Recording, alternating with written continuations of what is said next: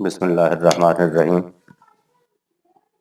چوں جہاں کو نہ شود پاک بسو زند اور راہ، وز ہما آب و گل ایجاد جہاں نیز کنند۔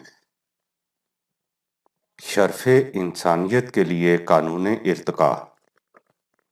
جیسا کہ اوپر کہا جا چکا ہے، قانون ارتقاء کی اصل یہ ہے کہ وہی نوع باقی رہ سکتی ہے اور آگے بڑھ سکتی ہے جس میں حفظ نفس اور بقائے ذات کی صلاحیت و استعداد موجود ہو، جو ان تمام مخالف قوتوں کا مقابلہ کر سکے جو اسے مٹانے پر آمادہ ہوں، جو ناسازگار ماحول، نامساعد فضا اور ہلاکت آفرین اسباب کی مدافعت کا سامان اپنے اندر رکھتی ہو۔ وہ اقوام و ملل جنہوں نے سامان مدافعت اور قوت محافظت کو کھو دیا ہلاک ہو گئیں، جنہوں نے اس کو قائم رکھا ہلاکت سے محفوظ رہیں۔ قانون ارتقاء کا اتنا حصہ انسان کی طبعی زندگی فزیکل لائف سے متعلق ہے، اور اس اعتبار سے انسان اور اس سے پہلی کڑی طبقہ حیوانات میں کچھ فرق نہیں۔ لیکن جیسا کہ پہلے کہا جا چکا ہے، انسان دیگر حیوانات سے ایک قدم آگے ہے، اور یہی وہ مقام ہے جو اسے افق حیوانیت سے بلند کر کے درجہ انسانیت میں لے آتا ہے۔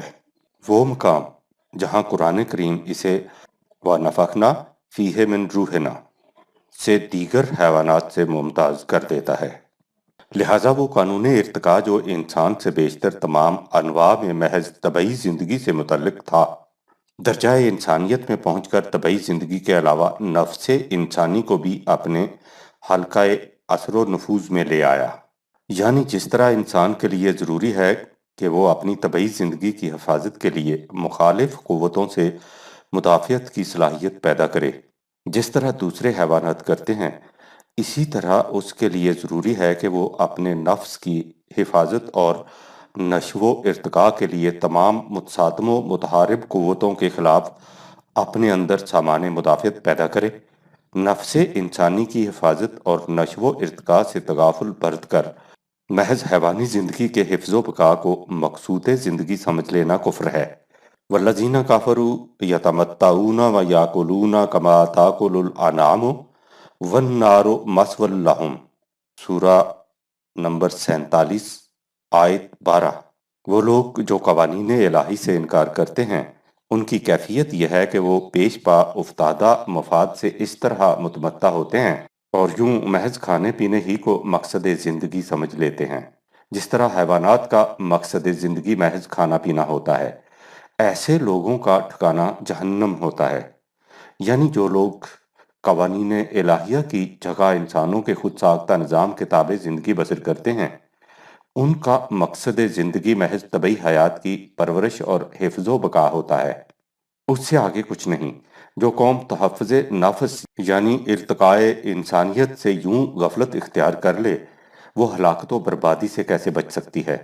اس سے اگلی آیت میں ہے وَكَأَيٍّ مِّن قَرْيَةٍ هِيَ أَشَدُّ قُوَّةً مِّن قَرْيَتِكَ الَّتِي أَخْرَجَتْكَ أَهْلَكْنَاهُمْ فَلَا نَاصِرَ لَهُمْ۔ سورہ نمبر 47 آیت 13۔ اور کتنی ایسی بستیاں تھیں جو قوت میں ان لوگوں سے بڑھ کر تھیں، جنہوں نے تجھے اے رسول مکہ سے باہر نکال دیا ہے، ہم نے انہیں ہلاک کر دیا، سو ان کا کوئی مددگار نہ ہوا۔ یہ کیوں؟ اس لیے کہ أَفَمَنْ كَانَ عَلَى بَيِّنَةٍ مِّن رَبِّهِ كَمَنْ زُيِّنَ لَهُ سُوءُ عَمَلِهِ وَاتَّبَعُوا أَهْوَاءَهُمْ۔ سورہ 47 آیت نمبر 14۔ کیا وہ شخص جو اپنے رب کی طرف سے آمدہ واضح قوانین پر قائم ہو، اس کی مانند ہو سکتا ہے جس کے غلط اعمال اس کی نگاہوں میں مزین بنا دیے جائیں، اور وہ لوگ اپنی خواہشات کے اتباع ہی کو مقصد زندگی قرار دے لیں؟ یعنی جس شخص نے اللہ کے ضابطہ حیات کے بجائے اپنے خیالات و نظریات کو شاہراہ عمل بنا لیا، وہ کبھی ہلاکت سے نہیں بچ سکتا، اس لیے کہ وہ قانون ارتقاء جو انسانیت کے تحفظ و عروج کے لیے ضابطہ ہے، صرف خدا کی طرف سے آئی ہوئی ہدایت ہے۔ وہ خدا جو ذی المعارج ہے، من اللہ ذی المعارج، سورہ نمبر 70 آیت 1۔ اس خدا کی طرف سے جو بلندیوں کی راہوں کا مالک ہے۔ اب تو خود یورپ کے مادہ پرست محققین بھی رفتہ رفتہ اقرار کر رہے ہیں کہ سلسلہ ارتقاء میں مادیات کے علاوہ اخلاقیات کو بھی بڑا دخل ہے۔ چنانچہ انسائکلوپیڈیا برٹانیکا میں ارتقاء کا مقالہ نگار اپنے مضمون کو ان الفاظ پر ختم کرتا ہے: محب وطن مذہب، آرٹ، سائنس اور لٹریچر کا بھی میزان بقا میں بڑا وزن ہے، اور یہ سلسلہ ارتقاء میں بڑا مفید کام کرتے ہیں۔ اس سلسلہ میں اخلاق کسی غیر متعلق خارجی قوت کی حیثیت نہیں رکھتا جو ایک مثبت اور بیگانہ اخلاق آفاقی نظام کے خلاف برسر پیکار ہے، بلکہ یہ خود ارتقاء کی تخلیق ہے، اور سلسلہ ارتقاء کے تجریدی تغیرات کو صحیح سانچے میں ڈالنے کے لیے ایک اہم قوت۔ ہمیں امید بلکہ یقین ہے کہ وہ تہذیب جو عدل و حریت، آئین و انضباط اور مستحکم اخلاقیات پر مبنی ہیں، آخر الامر سب سے زیادہ کامیاب اور دیر پا ثابت ہوں گی۔ اے کاش یورپ کے سامنے قرآن ہوتا تو وہ دیکھ لیتا کہ وہ کون سی تہذیب ہے جو عدل و حریت، نظم و ضبط اور مستحکم اخلاقیات پر مبنی ہے۔ اگر وہ قرآن کی روح سے ان الفاظ کا صحیح مفہوم سمجھ لیتا تو آج اس طرح برباد اور ہلاک نہ ہوتا کہ خود اس کی تباہی بھی قانون ارتقاء ہی کے ماتحت ہو رہی ہے۔ یہ تو تھی محض طبعی زندگی کی حفاظت کو منتہائے نکاح بنا لینے والوں کی کیفیت۔ اس کے برعکس طبعی زندگی کے لوازم سے چشم پوشی کر کے محض روحانیت کی ترقی کے لیے بزم خواہش سعی و کاوش میں زاویہ نشینی اور سربریزی اختیار کر لینا بھی قانون ارتقاء کی روح سے غلط اندیشی ہے، جس کا نتیجہ ہلاکت ہے۔ فوج کی حفاظت کے لیے قلعہ کی دیواروں کا آہنی ہونا بھی نہایت ضروری ہے۔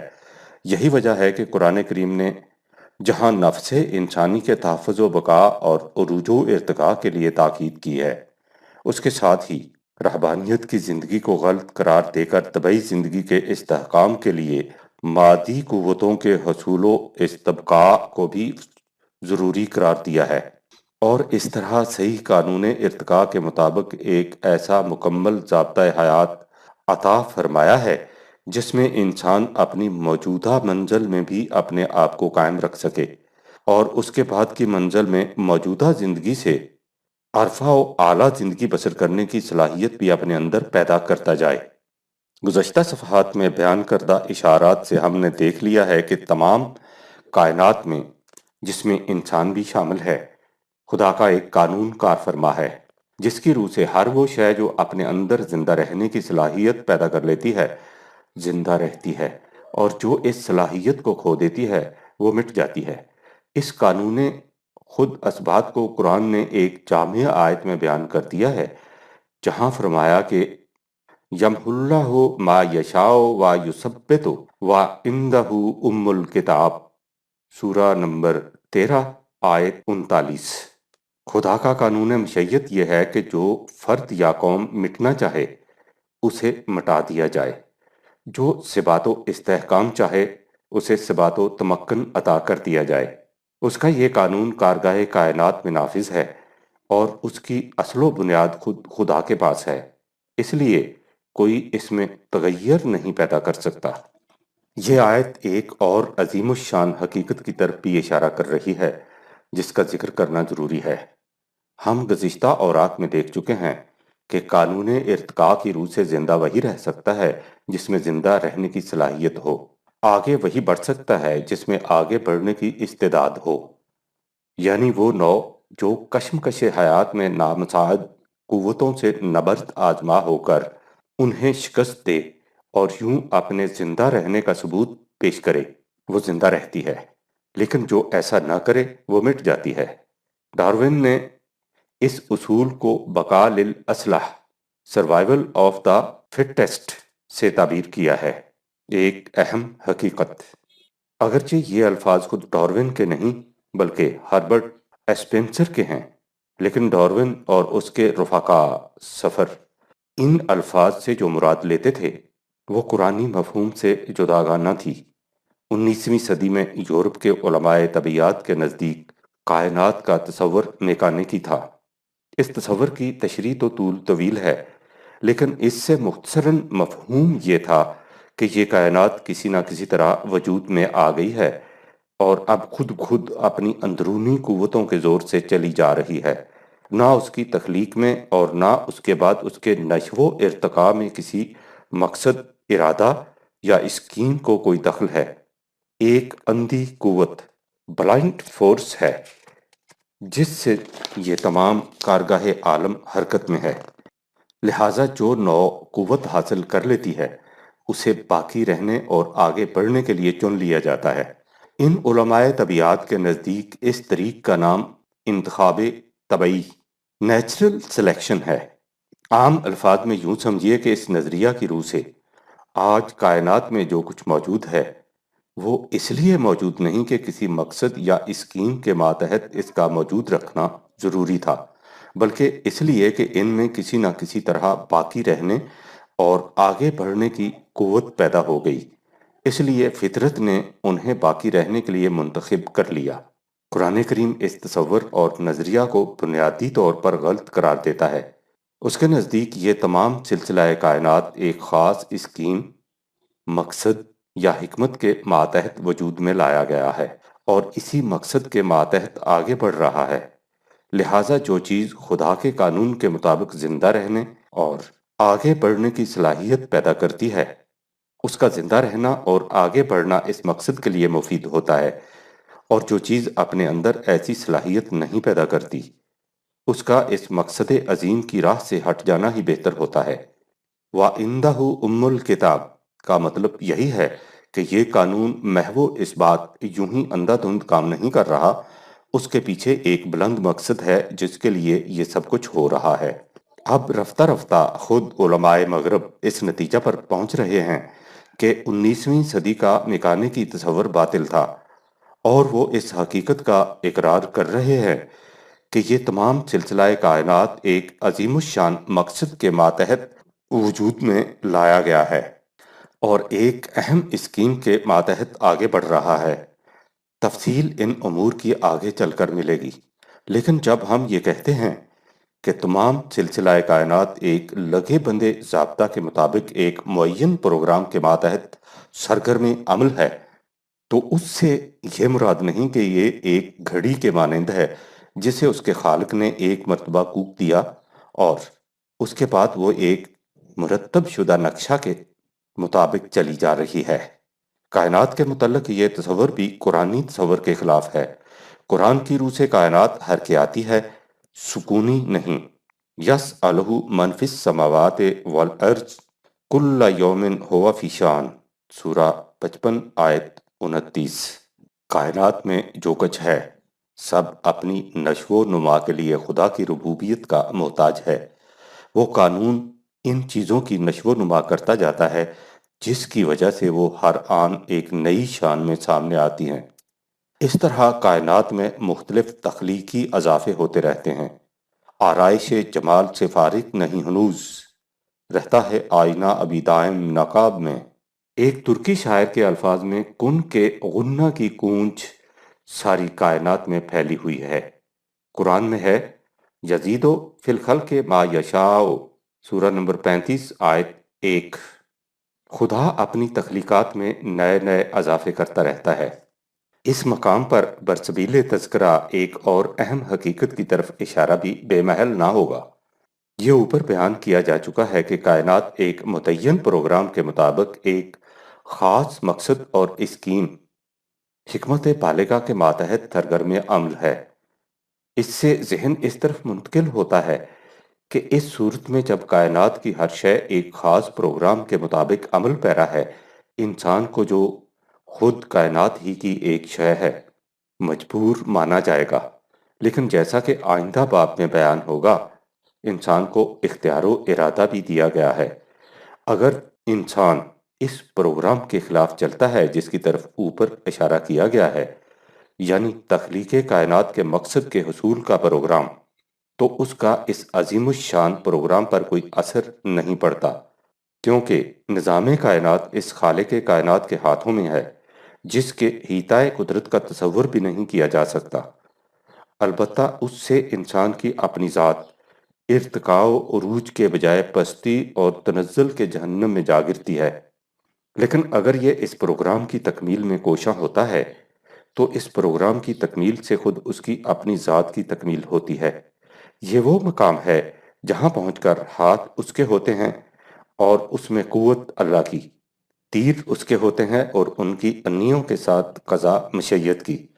وَمَا رَمَيْتَ إِذْ رَمَيْتَ وَلَكِنَّ اللَّهَ رَمَى، سورہ نمبر 8 آیت 17۔ جب تو نے تیر چلایا تو وہ تو نے نہیں چلایا بلکہ در حقیقت خدا نے چلایا۔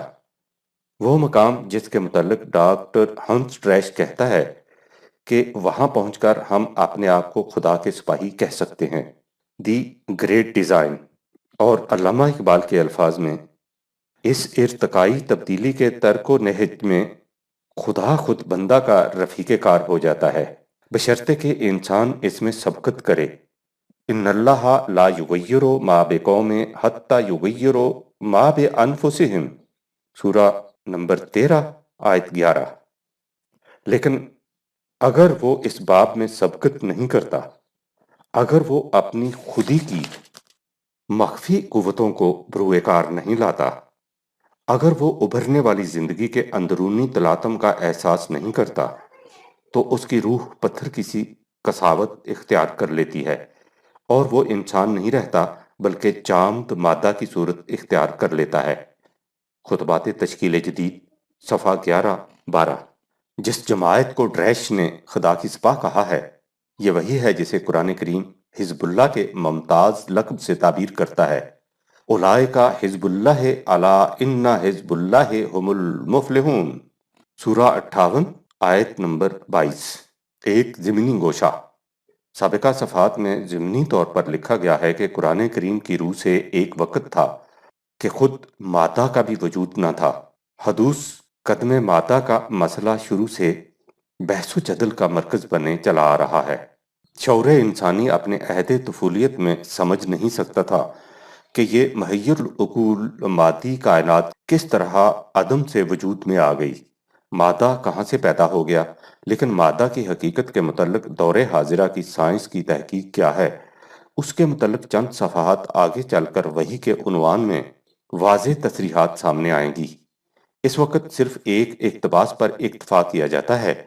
دور حاضر کا ماہر علم الافلاک سر جیمز جینس لکھتا ہے، دور حاضر کے علم طبیعیات کا رجحان اس طرف ہے کہ یہ تمام مادی کائنات سوائے لہروں، ویوز کے اور کچھ نہیں۔ یہ لہریں دو قسم کی ہیں: محصور لہریں، بوٹلڈ اپ ویوز جسے ہم مادہ کہتے ہیں، اور آزاد لہریں جسے روشنی کہا جاتا ہے۔ فنائے مادہ اس کے سوا اور کچھ نہ ہوگا کہ ان محصور لہروں کو آزاد کر دیا جائے کہ وہ فضا کی پہنائیوں میں منتشر ہو جائیں۔ ان تصورات کے ماتحت یہ تمام کائنات سمٹ سمٹا کر فقط دنیا نور رہ جاتی ہے، مضمر یا مشہود۔ اس اعتبار سے تخلیق کائنات کی تمام داستان بالکل صحیح اور مکمل طور پر ان چند الفاظ میں بیان کی جا سکتی ہے کہ خدا نے نور، لائٹ سے کہا کہ ہو جا، اور وہ ہو گیا۔ دا مسٹیریس یونیورس۔ سر جیمز جینس نے یہ بات آج سے کچھ سال پہلے کہی تھی۔ اب ایٹمی توانائی کی تحقیقات اور عملی تجارب نے یہ حقیقت روز روشن کی طرح بے نقاب کر دی ہے کہ جسے ہم مادہ کہتے ہیں وہ در حقیقت کہربائی سالمات سے زیادہ کچھ نہیں، یعنی بجلی کی مثبت اور منفی قوت، اور جب اسے ایک قدم اور پیچھے لے جائیں تو یہ قوت توانائی محض پیور انرجی رہ جاتی ہے، جسے عالم خلق دنیا محسوسات نہیں بلکہ عالم امر سے متعلق سمجھنا چاہیے۔ خلاصہ مبحث یہ سوال کہ دنیا میں سب سے پہلا انسان کس طرح وجود میں آ گیا، ذہنی انسانی کے لیے وجہ ہزار حیرت و استعجاب رہا ہے۔ چنانچہ ان مذاہب میں جن میں توہم پرستی نے حقائق کی جگہ لے رکھی ہے، اور دنیا کا کوئی مذہب ہے جس میں ایسا نہیں ہوا، اس عقیدے کے حل میں عجیب و غریب افسانہ ترازیوں سے کام لیا گیا ہے۔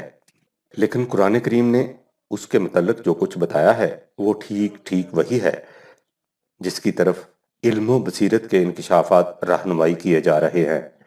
سائنس کے انکشافات کی روح سے خاک کے ذرے مختلف ارتقائی منازل طے کر کے قرن ہا قرن کے بعد انسانی صورت میں متشکل ہو گئے، یعنی سب سے پہلے کوئی ایک فرد صورت انسانی میں جلوہ گر نہیں ہوا بلکہ ایک نو وجود پذیر ہوئی۔ ان متنوع مراحل کی تفصیل قرآن کریم کی آیات جلیلہ میں عجیب انداز میں سمٹی ہوئی ہے، لیکن قرآن کریم اس سے بھی ایک قدم اور آگے جاتا ہے۔ وہ کہتا ہے کہ انسان کی موجودہ زندگی سلسلہ ارتقاء کی آخری کڑی نہیں بلکہ یہ پیش خیمہ ہے آنے والی زندگی کا۔ بلکہ یوں سمجھیے کہ حیات اس کے نزدیک ایک جوئے رواں ہے جس کا خاتمہ موجودہ وادی میں نہیں ہو جاتا۔ انسان کی زندگی محض حیوانی زندگی نہیں بلکہ اس سے بلند و بالا ہے۔ اب اس انسانی زندگی یعنی شرف انسانیت کے ارتقاء کا سلسلہ شروع ہوگا۔ اس کے لیے قرآن کریم ایک مکمل نظام عطا کرتا ہے جس کے تابع زندگی بسر کرنے سے اس شرف انسانیت میں بڑھنے، پھیلنے اور پھولنے کی صلاحیت پیدا ہو جاتی ہے، جس سے یہ بتدریج بلندیوں کی طرف اٹھتا جاتا ہے۔ لیکن یہ سب کچھ اجتماعی زندگی میں ہوتا ہے، انفرادی طور پر نہیں۔ خود یورپ کے مفکرین جو انسان کے طبعی ارتقاء کو حرف آخرین سمجھا کرتے تھے، اب رفتہ رفتہ اس سے آگے بڑھ رہے ہیں اور اس نتیجہ پر پہنچ رہے ہیں کہ ارتقاء طبیعی کے بعد اب ارتقاء نفسی کے مراحل آئیں گے۔ چنانچہ پروفیسر جورڈ لکھتا ہے، انسانیت کے ارتقاء کی اگلی منزل طبعی نہیں بلکہ نفسی اور ذہنی ہوگی۔ پہلے انسان ارتقاء کی منزلیں طے کر کے حیوانیت سے انسانیت کے مقام پر آیا، پھر اس نے صنعت و حرفت کی مدد سے اپنے آپ کو آلات و اسباب سے آراستہ کیا۔ ہمارے اس دور میں انسان نے صنعت و حرفت میں پورا کمال حاصل کر لیا ہے۔ اب اس کے لیے ضروری ہو گیا ہے کہ وہ اس منزل سے آگے بڑھے، اور جس طبعی ارتقاء نے اسے مجبور کر دیا تھا کہ وہ حیوان سے ترقی کر کے انسان کے درجے میں قدم رکھے، پھر اس کی جبلی ضرورتوں نے اس سے اوزار اور آلات بنوائے اور مشین اور سٹیم کا خالق بنا۔ اس طرح وہ آج مجبور ہے کہ اپنا قدم آگے بڑھائے، اور اس کا یہ قدم مادی نہیں بلکہ نفسی اور ذہنی ترقی کی طرف ہوگا۔ لیکن یہ ترقی وحی کے بغیر ممکن نہیں۔